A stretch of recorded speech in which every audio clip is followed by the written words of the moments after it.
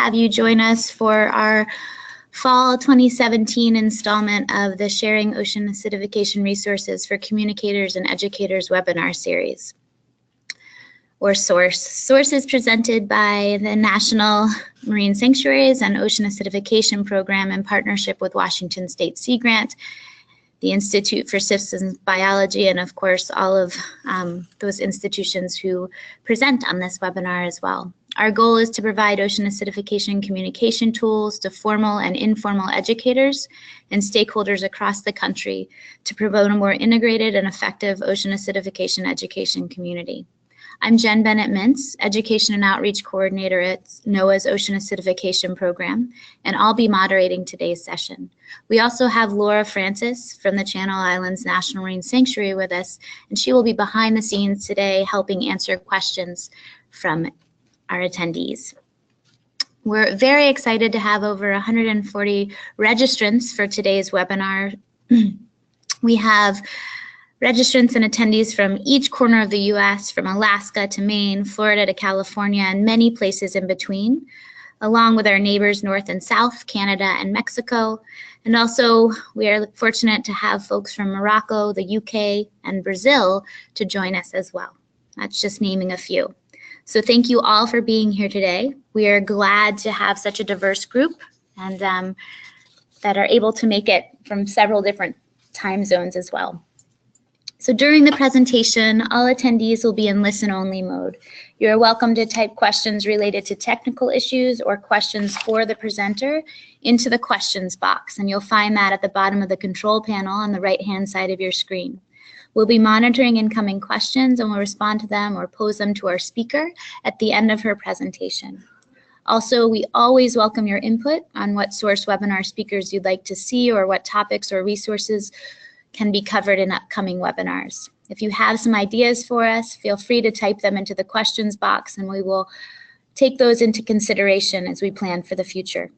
We are recording this session and we'll share the recording with registered participants via Google Drive and on the NOAA Ocean Acidifications Program's YouTube channel. So the title of today's presentation is Science to Society, Equilibrating Our Understanding of Ocean Acidification. And we are really pleased to have Carla Edworthy with us today. Carla is a PhD candidate at South African Institute of Aquatic Biodiversity, and she has served as coordinator for the Aquatic Ecophysiology Research Platform, which facilitates climate research for students at her university along with Rhodes University in South Africa. Carla's work focuses on broader approaches to the effects of climate change on fishes, particularly those that serve as valuable resources in South Africa, with ocean acidification remaining the focal point. Today, she will share her experience with mobilizing citizen and professional science in South Africa and the various challenges and lessons learned. I've had the pleasure of hearing how ocean acidification research and monitoring efforts are growing in South Africa, and I'm very excited to hear Carla speak to her efforts and lessons learned in mobilizing science in this part of the world. So Carla, I'm going to go ahead and hand it over to you. Hi. Hi there. All right. Okay. Hello, everybody. Firstly, thank you so much for taking the time out of your day or your evening to listen to this webinar. As Jen mentioned, my name is Carla, and I am a PhD student from South Africa. And today I'll be talking a little bit about my personal experience with communicating ocean acidification science. Just to give you a little bit more background on myself, I am a scientist by training, and the science communication side of things is very much new to me. So most of this presentation will be from a scientist's point of view when it comes to communicating our research to non-scientific communities. In this presentation, I just really tried to capture the challenges I faced when trying to engage with both scientific and public communities in South Africa on this complex phenomenon that we call ocean acidification. So just bear in mind that I have no formal training in science communication, except for a few lectures at various training events. So what this really is a narrative of my experience of communicating my science and how I interpreted this experience as I went along. Another thing to point out before I start is also that this presentation will also be from the perspective of somebody living and working in a developing third world setting. So bear that in mind when I'm going through this talk. But in saying that, I also think many of the challenges are the same, even in developed countries. And in these countries, the tools to address the challenges are more accessible and efficient, which makes it pretty important that we embrace them and use them to our advantage when we are communicating our science.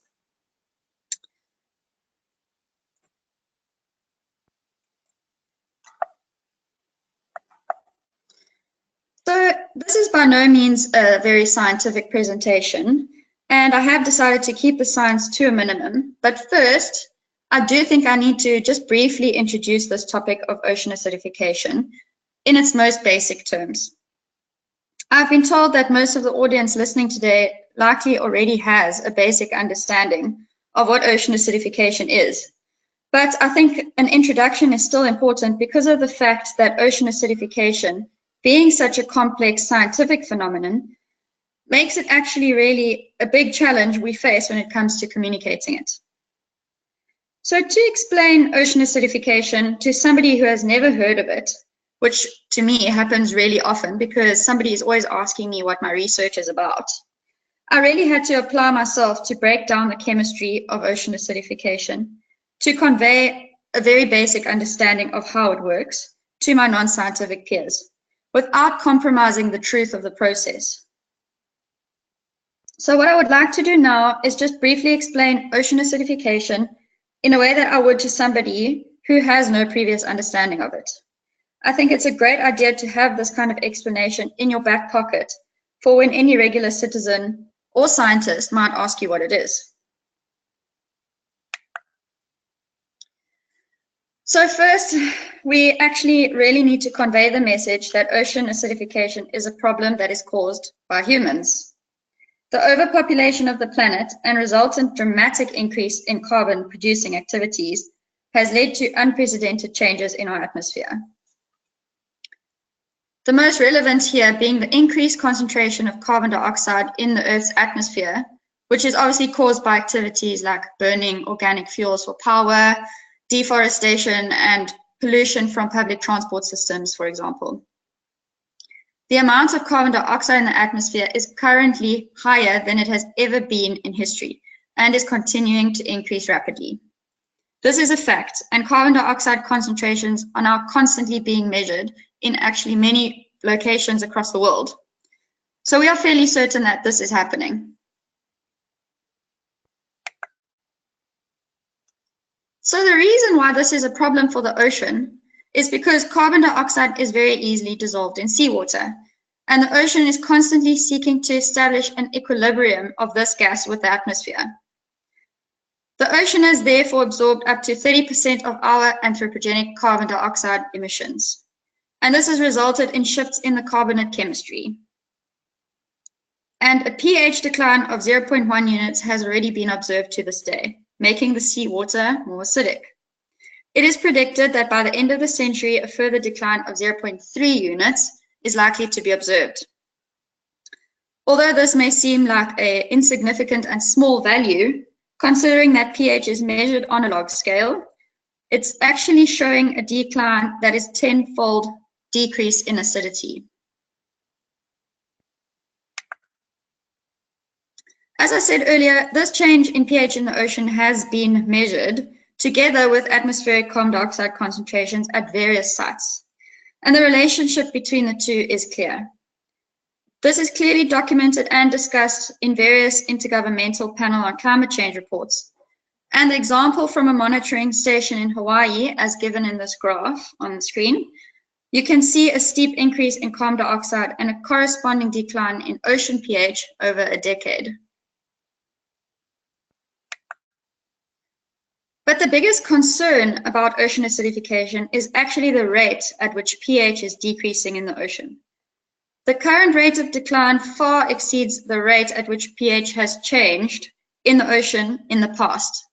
And this is obviously a problem because it gives our marine organisms limited time to adapt to these changes because they are happening so fast.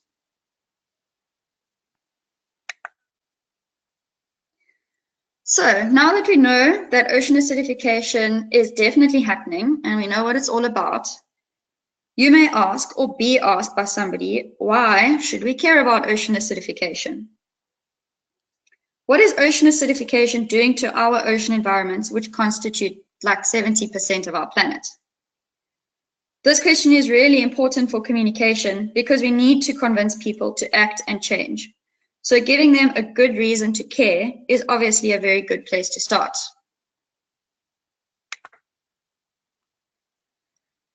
Research on the impacts of ocean acidification on marine organisms is increasing in popularity, and we are now starting to get fairly good coverage of the impacts of ocean acidification on a number of species. Although the impacts vary from one species to the next, a recent review by Whitman and Portner concluded that 50% of marine organisms are negatively threatened in some way by ocean acidification. This is obviously a concerning statistic because that means that more than half of our marine life could be affected negatively. And this will obviously have significant impacts on overall biodiversity and will certainly cause great changes to ecosystems. The reason that this matters so much is because we as humans strongly rely on healthy and functional ecosystems in the ocean for various services. Species extinctions may cause significant changes to the ability of the ocean to provide valuable ecosystem services. A good example here could be the combined impact of acidification and warming on the Great Barrier Reef in Australia, for example, which is obviously quite an important tourism site. Another and potentially more devastating impact could be the impact on important food resources that we use from the ocean. Shellfish, for example, are considered to be particularly vulnerable, and many shellfish are consumed as seafood together with fish and other marine living organisms. This effect will be particularly devastating in third world countries that still rely on seafood as a source of protein and support large subsistence fisheries, just like in South Africa.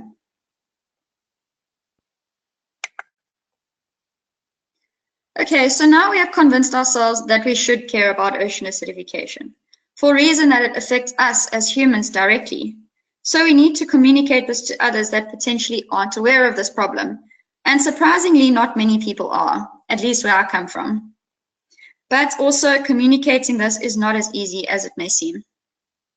Before I discuss my views and methods for communication and ocean acidification science, I would like to present some of the challenges I faced when I started this journey of science communication. Like I said, it's very new to me, and only in the last year have I really dived into this challenge. So the reasons that I feel communicating ocean acidification science is quite challenging is mainly due to these 3 points. Firstly, the science behind ocean acidification is complex, even to scientists. It took me quite some time to grasp the chemistry. Not everyone in science is a chemist, but ocean acidification is strongly related to dynamic chemical processes that aren't always very straightforward. Anyone working in ocean acidification first has to come to grips with the chemistry. I, for example, as I said, I'm a biologist, and I have very limited chemistry training. But almost all of my research is now based on chemistry experiments. So the first challenge I had to overcome as a scientist, other than overcoming the chemistry, is breaking down and communicating it in a way that's understandable. Here on this slide, I show a very commonly used diagram in science that explains ocean acidification. It's a pretty complex graph that describes the various ways that carbonate chemistry changes in seawater when moving along the pH scale. But essentially, this diagram is a simplified version that shows everything that a regular citizen investigating ocean acidification would really need to know from that graph. Basically, the addition of carbon dioxide to seawater from the atmosphere will result in a decrease in pH, which causes a more acidic environment. This is ultimately caused by an increase in hydrogen ions in the water when the chemistry shifts as water and carbon dioxide reacts. Any more information than this can become confusing. I also find that visual depictions help explain, such as the one shown in this slide, rather than going into detail on chemical equations, which can be overwhelming, even to me. And people are often also deterred by complex graphs and diagrams. So keeping it simple when it comes to chemistry has been something that I have found to be very useful in my communication.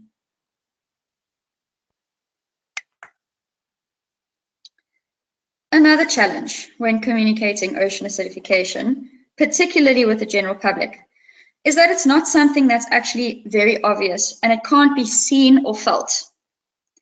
My story about this is that after a radio interview on the local radio station here in South Africa, the presenter concluded the interview and said to the public, "Now go out there and see if you can find the ocean acidification." This was obviously very stressful for me, and I realized after that comment that I really needed to work on the fact that you can't see ocean acidification and explain that in my future explanations. So that was a learning curve for me. The impacts of ocean acidification are also not always obvious, even in science. For example, coral bleaching might be considered an easily visible impact of ocean warming. Ocean acidification effects are often on underlying physiological processes and don't have visible manifestations on a large scale. So even in scientific experiments, the effects aren't always immediate or clear. And if I may, I would really like to use an example of my own research for this. So as Jen mentioned earlier, my research focus is currently on ichthyology and physiology. And I recently conducted a study on a popular fish species here in South Africa that is well known and exploited in various fisheries. This is the dusky cob, Argyrosomus japonicus. This species occurs in estuaries in South Africa as juveniles and are considered to be tolerant of highly variable conditions, including pH, where they are often exposed to high fluctuations in pH in these estuarine environments. The juveniles of the species are likely to have well-developed and efficient acid-base regulation mechanisms in order to survive the fluctuating and often low pHs in estuaries. However, the larvae of this species are confined to the pelagic marine environment prior to their recruitment into estuaries, and therefore they are subject to ocean acidification. Our study tested the physiological and developmental response of this species to acidic conditions, and we found that they were significantly negatively impacted only during specific stages in their very early development. So this revealed that the life stage determines the vulnerability of this species to ocean acidification. And tolerance would have been assumed if only the adults were tested.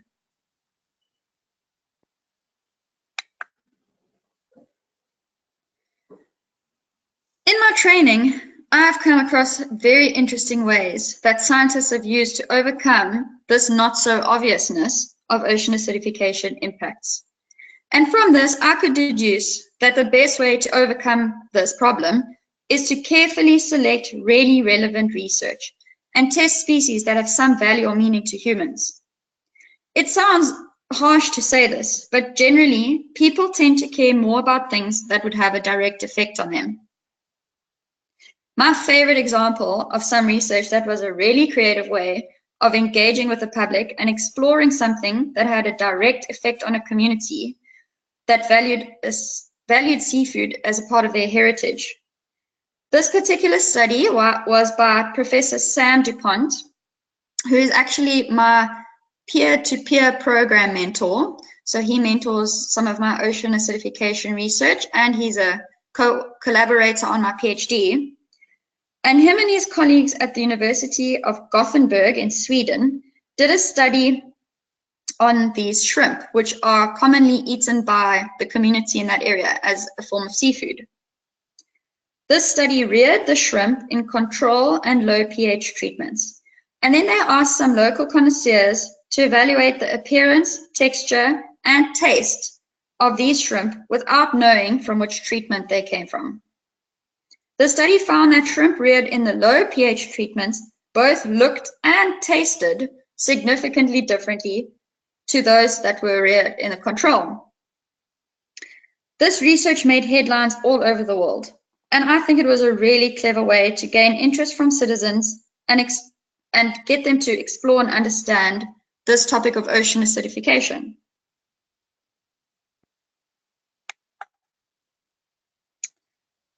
This is the last problem I'm going to speak about today, and it's probably one that I consider to be the most difficult to address, particularly when I'm dealing with people in my country, which is still considered to be developing.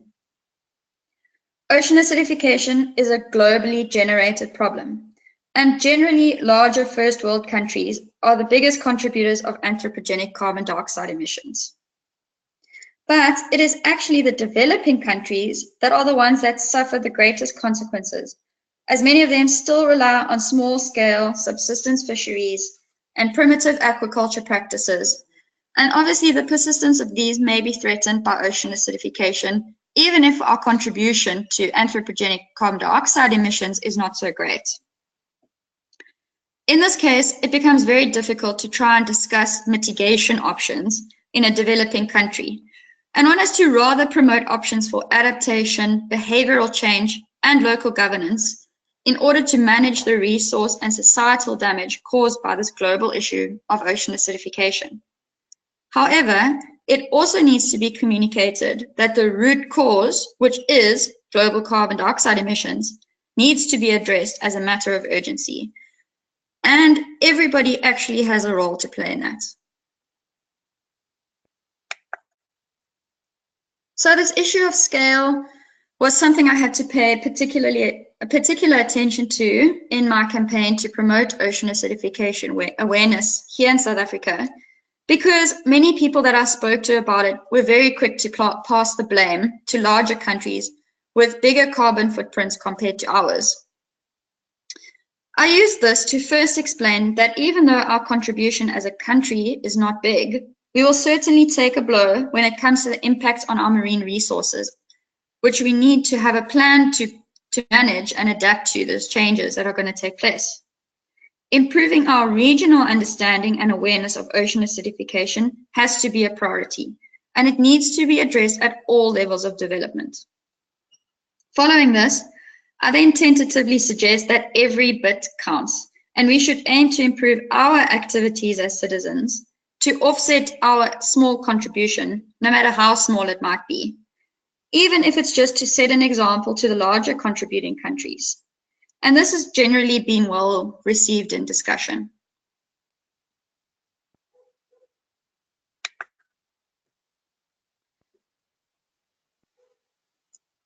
So now that I have presented the various challenges I face in my journey of communicating ocean acidification, I would like to present some of the tools that I think can make this task slightly easier.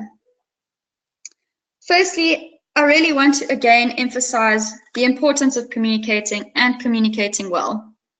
I know most of you in the audience possibly already do this for a living, but it doesn't always come naturally to scientists, who are the ones providing information that needs to be communicated. But we all need to be efficient communicators and work together to convey our message. At the United Nations World Ocean Conference, which took place in New York in June this year, when discussing the Sustainable Development Goals for the ocean, Professor Sam DuPont, who I mentioned earlier, who is a leading biology expert in this field of ocean acidification, he was asked what his most important message was regarding the Sustainable Development Goals for the ocean. He said his goal was to highlight the importance of communicating science better, so we can drive the change that we need in society. He followed by saying, we need to become better citizens so that we can give the people information that they need for the change to happen. So it is clear that communication is being emphasized globally as a tool for change. And that is why we need all of you to do this together. So at this point in the presentation, I would like to ask the first question, the poll question, which is just for me to get an idea of what professional groups are represented in the audience. So if you could take a moment to please answer the questions that are going to come up on the screen now.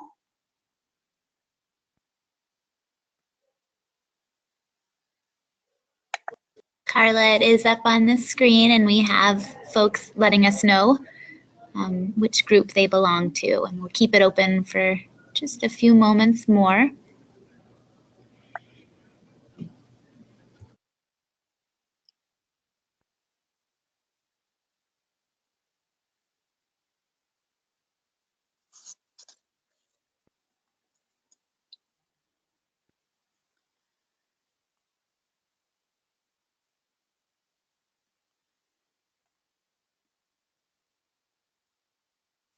All right, so are you able to see those responses? They might come up in just a minute. Carla? I'm waiting to see them. Yeah, okay. Well, it looks like I'll communicate a few of them. It looks like the majority of folks, almost half, 45%, are in research science that are on the line, 16% in academia, 17% in formal education at the school level, 36% are communicators, and 28% are informal educators. So it looks like we have people crosswalking here that may be research scientists and communicators. We often have, we also have a few folks that chimed in. There's a few folks from nonprofits and also resource managers on the line as well. Okay, thank you very much. That's great because, like I said earlier, it's really important that everybody is a good communicator. So I hope the next few slides, where I'll be discussing some of the tools I have used to engage with both scientific community and the general public on this topic of ocean acidification, will really give you an idea of the ways that I used to engage with people, and I hope it will be useful. So I first want to discuss the basic tools that I've discovered work well with these various groups.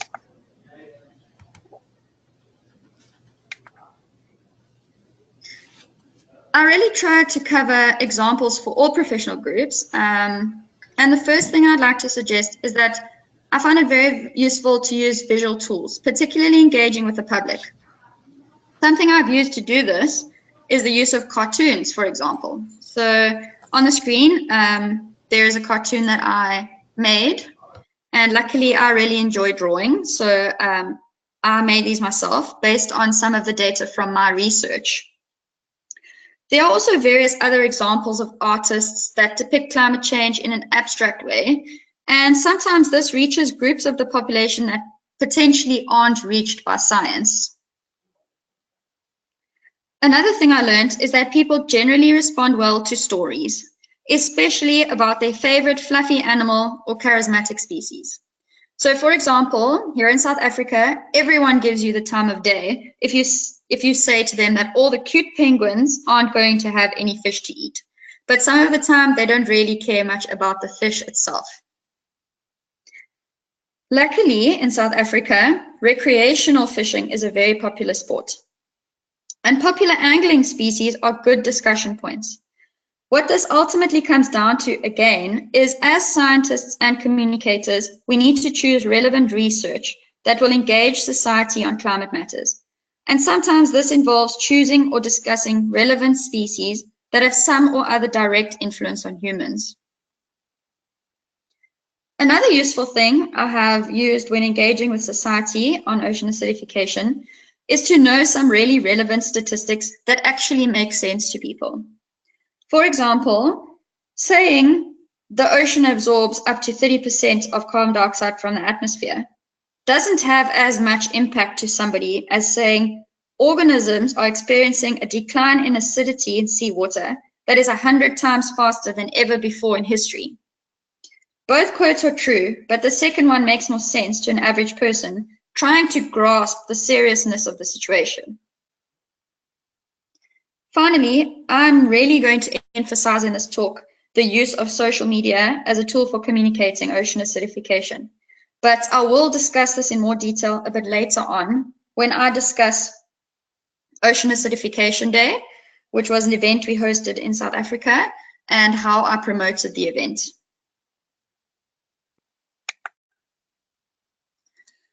So ultimately, our role as communicators is to really try and involve society to a point where they understand their role in ocean acidification, as well as their responsibility to make a change. Society needs to understand that they are personally contributing to the problem, and the cycle will return to impact them later on down the line. But we must also bring across a positive message that change is possible and that they themselves can help. And it's actually their responsibility as citizens to help.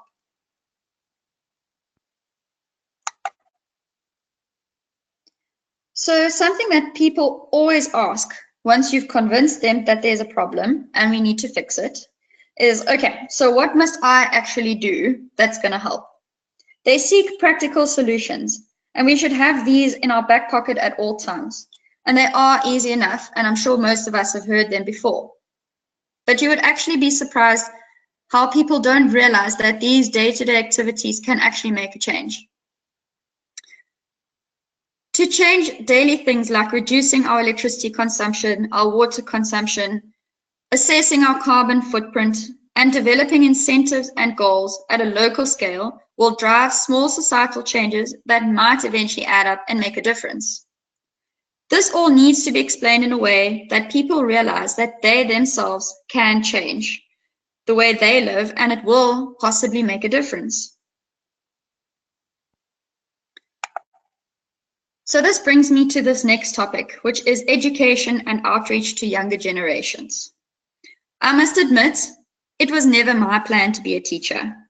As a scientist, I tended to shy away from teaching, but recently, after being asked to lecture and participate in various outreach events, I realized how important it is to pass our knowledge on to the younger generations, and I really actually started to enjoy it. In South Africa, we are really starting to invest in our environmental education, and we do this by hosting various outreach events, competitions, and science festivals. In this way, we reach out to communities and schools that have very limited environmental and science teaching. And it's really rewarding to see their amazement and interest. In our recent interview for TV, national television, while I was waffling on about my science on ocean acidification, the presenter interrupted me to ask me, how was I planning on teaching all of this to the younger generations? This just showed me that society really cares about education, and we should, because gaining their interest will ensure that our work continues when we are gone. So the few times I was asked to teach young scholars about ocean acidification, I really had to dig deep for simple and relatable explanations. I found it was easier to engage with young children using everyday examples and interactive tools, like the kids' carbon calculator, for example, which is available online. I also used the analogy of a fizzy cool drink, such as Coca-Cola, which we sometimes call an acid cool drink in South Africa. I use this to explain the concept of acidity and how adding carbon dioxide for the bubbles makes the liquid acidic. Another way we taught this was to use pH pool test kit indicator dye. So the little test kit that you get to test the pH of your swimming pool. And we then had the kids blow bubbles into the water containing the dye, and they watched the color change to become more acidic on the pH scale. This was definitely a favorite amongst the children, and they thought we were performing some kind of magic, but it really brought the message across. We also did small things like adding shells or chalk to an acidic vinegar solution to show how acidic conditions deteriorate the shell structures compared to normal water, which doesn't.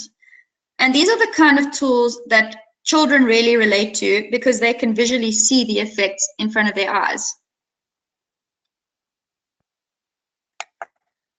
I then also developed a worksheet for school children, which include basic explanations, experiments, and a little quiz. And the experiment is very simple and it doesn't require any fancy or expensive equipment. So teachers at various schools can do this themselves in their classroom. At the moment, these teachings are really opportunistic and they're based on the interest of individual teachers, and particularly for younger scholars. But ocean acidification is not really a topic that's included in formal education, but hopefully one day it will become part of our formal education.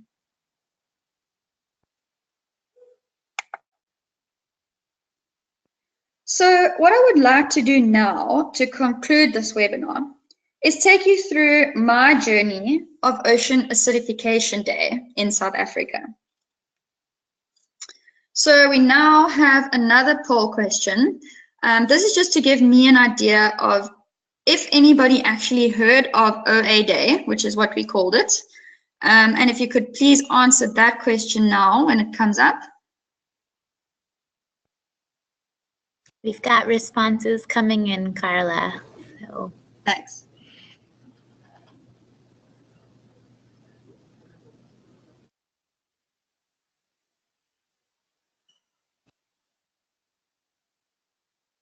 All right. So it looks as though about a fifth of the folks on the line have heard of OA Day, and 80% had not. Okay. Well, to be honest with you, I'm not surprised. It was very much an African continent event. So then for those of you who haven't heard about it, which is almost everybody, this event was organized by my colleagues from the Ocean Acidification Africa Network. And this is a network that was recently developed that's connecting all the ocean acidification researchers from Africa. The idea behind Ocean Acidification Day, which I'll probably be calling OA Day from now on, was to initiate the monitoring of ocean acidification in the coastal areas surrounding Africa.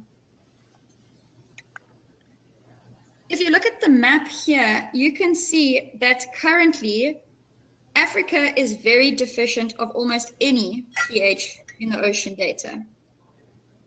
So in addition, we also wanted to use this event to promote our network globally. The list on the left shows the participation of various countries in this event, both from Africa and other countries which participated in solidarity with us. And we were actually really impressed with the participation. So we thought it was a great turnout. So ultimately, Ocean Acidification Day served as a continental effort to promote scientific and public awareness of ocean acidification and initiate monitoring activities in Africa, which is severely data deficient. The idea of action for the event was for institutions or research groups to go to any local beach or coastal area nearby and take a pH reading with whichever device they had available to them. They then recorded their pH reading, a location, and took pictures, which were then collected and shared by the hosts on social media. Various groups then also held their own campaigns locally via broadcasts, press releases, education and outreach events, and so forth. And that's how they promoted their event locally. And the event was held on World Oceans Day, which was on the 8th of June this year. So myself and my colleague Morgana, we hosted the event in South Africa this year. Altogether, we had 11 institutions participating along our coastline.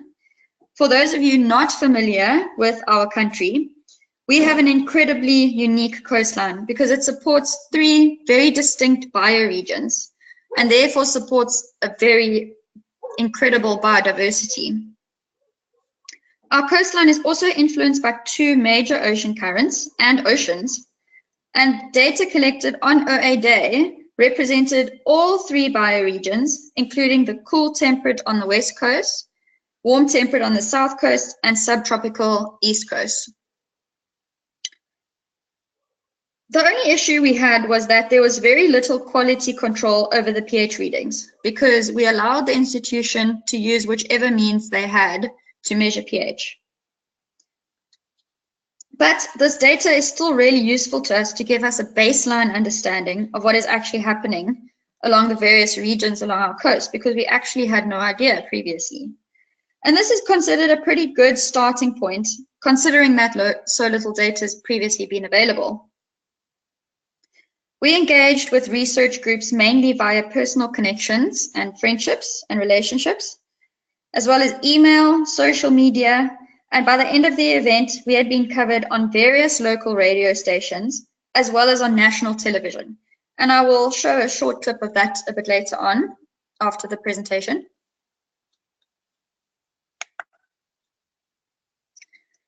So now I just want to discuss this topic of social media and how useful this was for us to promote our event.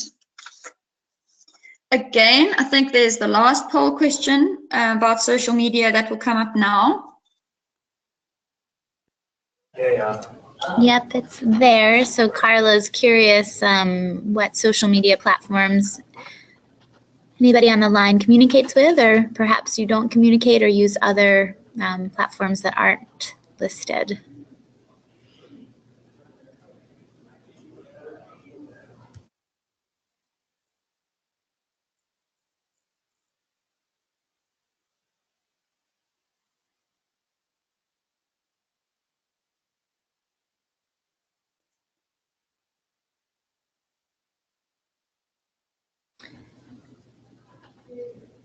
We appreciate the comments coming into the questions box about the platforms you do use. It does seem that only one can be selected, so if there's others, feel free to chime in there.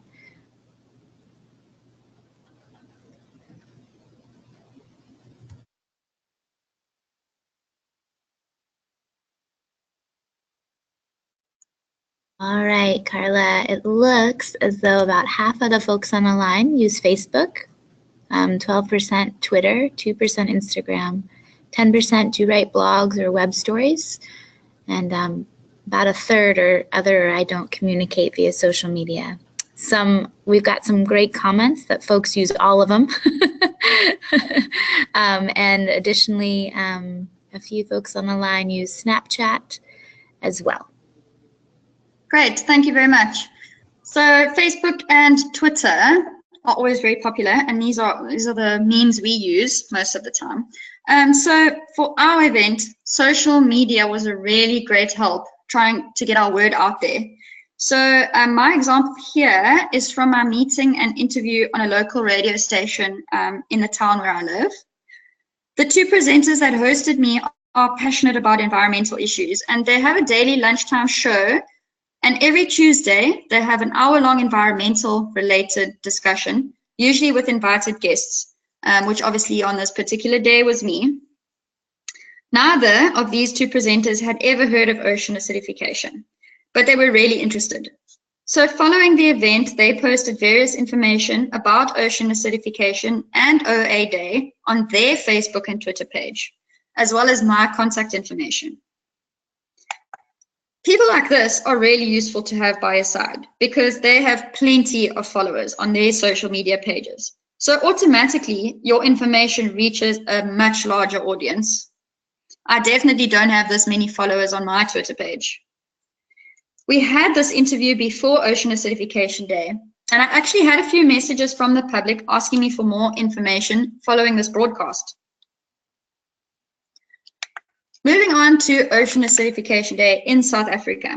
Unfortunately, we actually had to postpone this event from the 8th of June to the following day due to some very severe and dangerous weather conditions. We had very bad winds and high seas, so I didn't want anybody to get into trouble by going to the beach. But when we did eventually collect all the data, we generated this map of all the pH readings along our coastline. And we then shared this map with the public, together with some explanations. and discussion in various popular articles and in local newspapers. We also collected pictures from the participants and the institutional participation, and this was also shared on all our publications and press releases following the event. We considered Ocean Acidification Day in South Africa a great success, and we hope that the interest will continue because it's really sparked some discussion in both the science and public groups about this phenomenon. We are looking now to host some follow-up events, including some education and outreach to continue our efforts from OA Day. So I just want to thank you very much for listening to my talk. Please feel free to contact me at any stage after this presentation. My email address will be made available. And I would also like to thank Jen and Laura for inviting me to give this talk and for hosting the webinar, as well as all the other people who have helped me on my journey as a scientist. So another thing, our research group here in South Africa has a Facebook and Twitter page. Should you want to follow our research efforts and details, and the information of the Ocean Acidification Africa network is also here if you're interested. And there's some useful links included at the end of this presentation. So now I would like to try and just show this video of our television broadcast. I hope it works. So that will come up now, after which the presentation will end. And thank you again. I hope you enjoyed the webinar, and I really hope to hear from some of you sometime soon. So I'm going to see if the video works.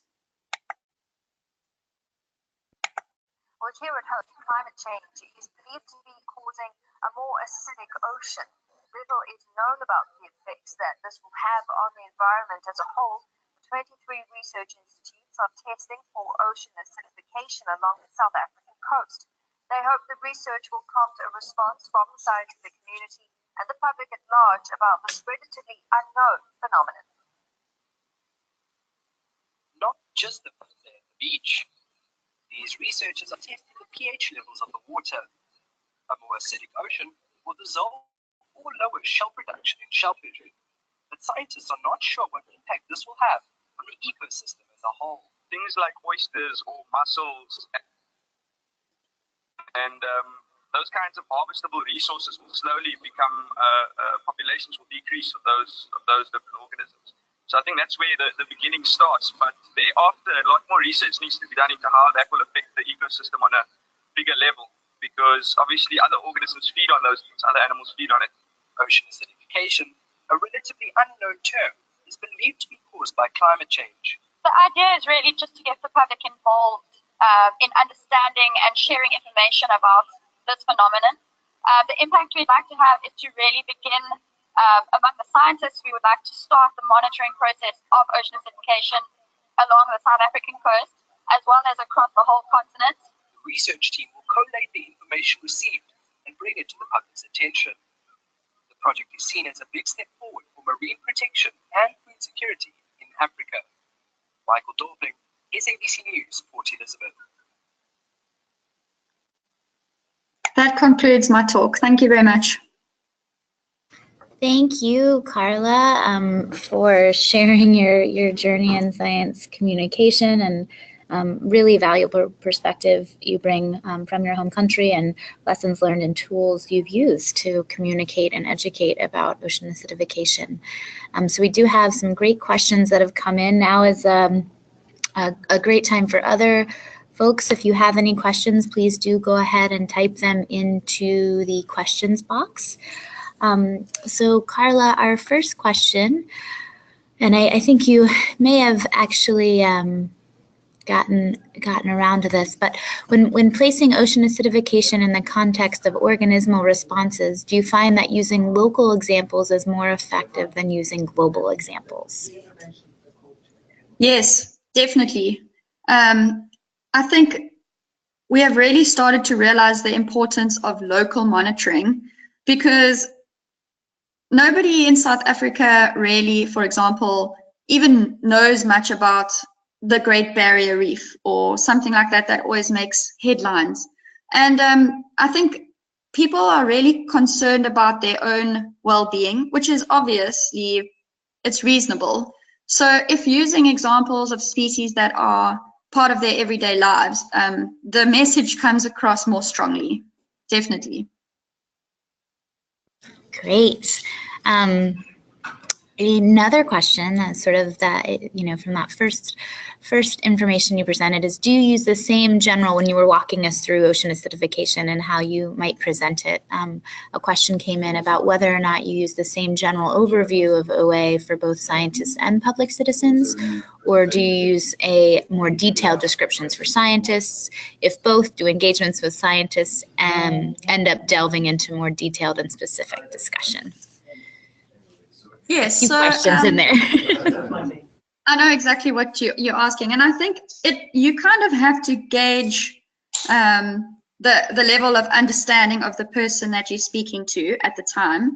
So, for example, I've had scientists ask me about ocean acidification, and I've gone off on a tangent about the chemistry, and I realized that they actually, because they haven't had training in that, they might not really know what's going on.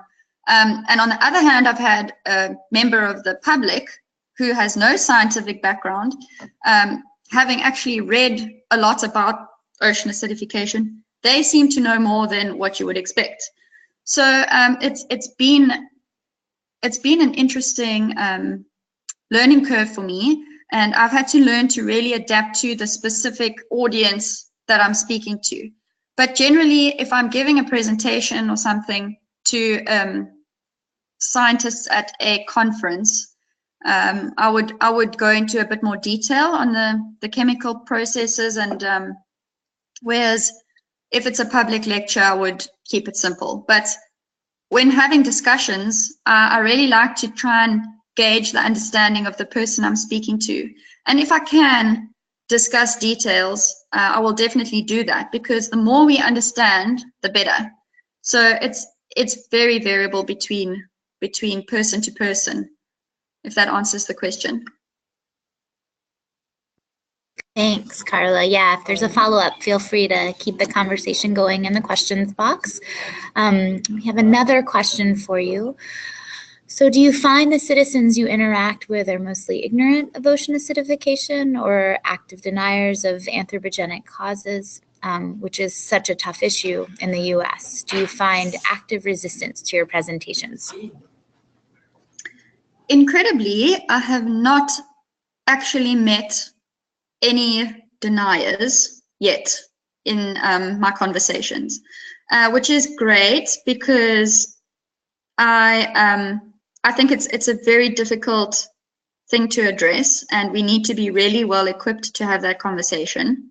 I suppose people do challenge me sometimes, but somehow I've always managed to, like I said, having the statistics in your back pocket is really useful, because you can then convince people when you've got the true and relevant information available. So in general, in South Africa, people are definitely ignorant.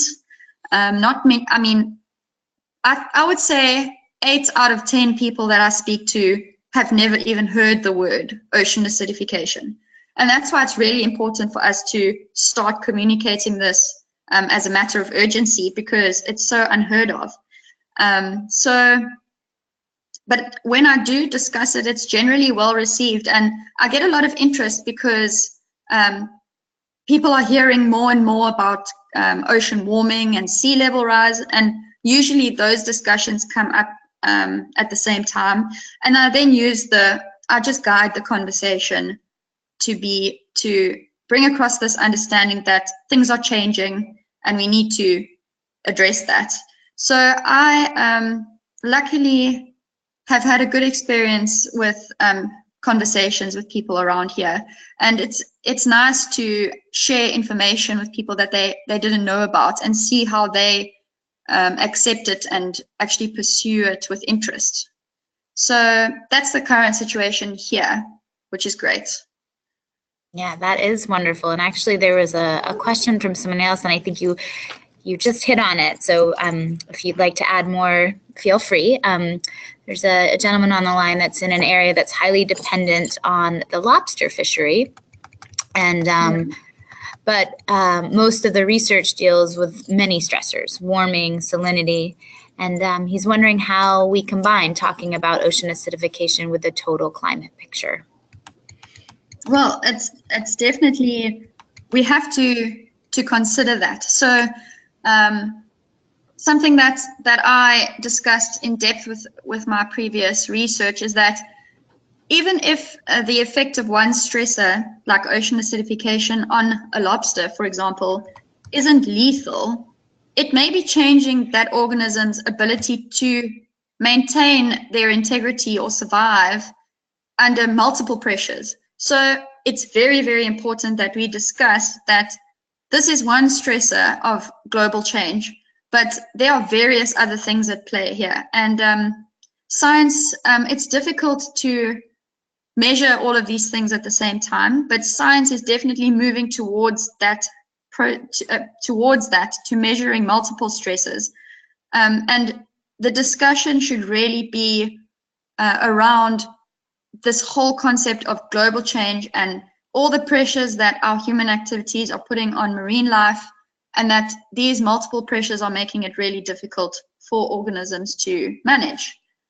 So generally, I would bring all of that into discussion rather than just speak about ocean acidification on its own in isolation. So I think it's very important to keep all of those other factors in mind when having these conversations. Great, thanks. There was one question, again, going back to your basics of ocean acidification presentation.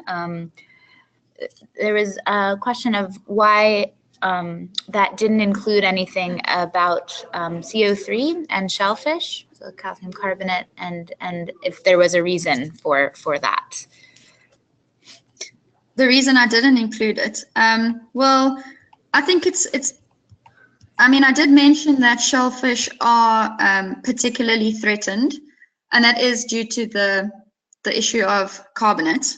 But I think the details of the different stresses is something that I would pursue if somebody asked me, as opposed to just putting it there up front. But it is something I discuss a lot with people, because many people actually know that shellfish are threatened by acidification because of calcium carbonate and those various things. But it becomes complex just because organism responses are very variable. So species are vulnerable in different ways to the various effects of acidification. And that's obviously, it becomes a bit of a more involved discussion, if that makes sense. So I'm sorry if I didn't include it. I probably could have, but I'm happy to chat about it to anybody who wants to ask about anything to do with that at a later stage. Definitely. Great. Well, we actually do have a lot of, questions that we may not be able to get to. So if we aren't able to get to your questions, I think we'll just take one more. We will send those to Carla and get those questions answered and posted to the Source Webinar Archive, or as Carla mentioned, feeling free to email her to start a discussion as well. So I think we'll just end with, there was a question of, do you have any ideas for trying to get ocean acidification into grade school curriculum? That's a great question. I'm assuming you mean, I'm not sure how it's included in where you guys are from. Here, it's not a part of our formal education at all. I imagine that if we get enough interest from teachers, I think here in South Africa, especially in the younger grades, teachers are allowed to include whatever lessons they feel necessary or relevant to their students. And I've had various individual teachers asking me for something that they can do with their students to teach them about ocean acidification. But when it comes to the higher education sections, it's very controlled, and there's a national curriculum and things like that. So I don't have an idea of how I would do it, but I think it would be a good start, at least where I'm from, to try and get as many teachers in the younger grades to include something about ocean acidification in their curriculums.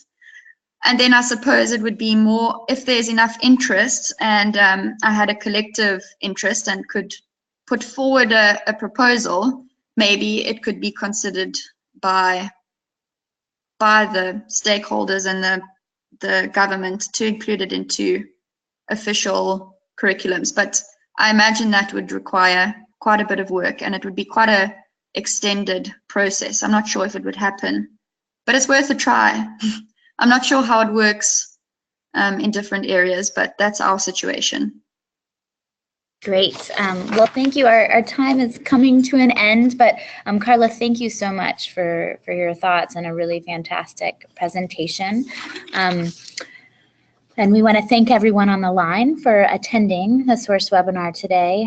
We do welcome feedback and further questions or suggestions for topics for this webinar series. And you can submit input by replying to a follow-up email you receive, or by contacting either Laura or myself at the emails you see on this slide. And you will have the opportunity as the webinar closes to provide feedback with a survey that appears right as this session ends. And we would really appreciate if you could take a few moments to complete it, as that feedback is what allows us to continue hosting this series and inform NOAA of its impact. And as mentioned, we will share the recording of this webinar along with the PDF of Carla's presentation via the Google Drive. You'll get that email within the week, and it will also be posted on the NOAA Ocean Acidification Program YouTube channel and website within the next week or two. So thanks again for everyone who joined us today, and thank you, Carla, for a really insightful presentation. Thank you very much for having me. We will end the series.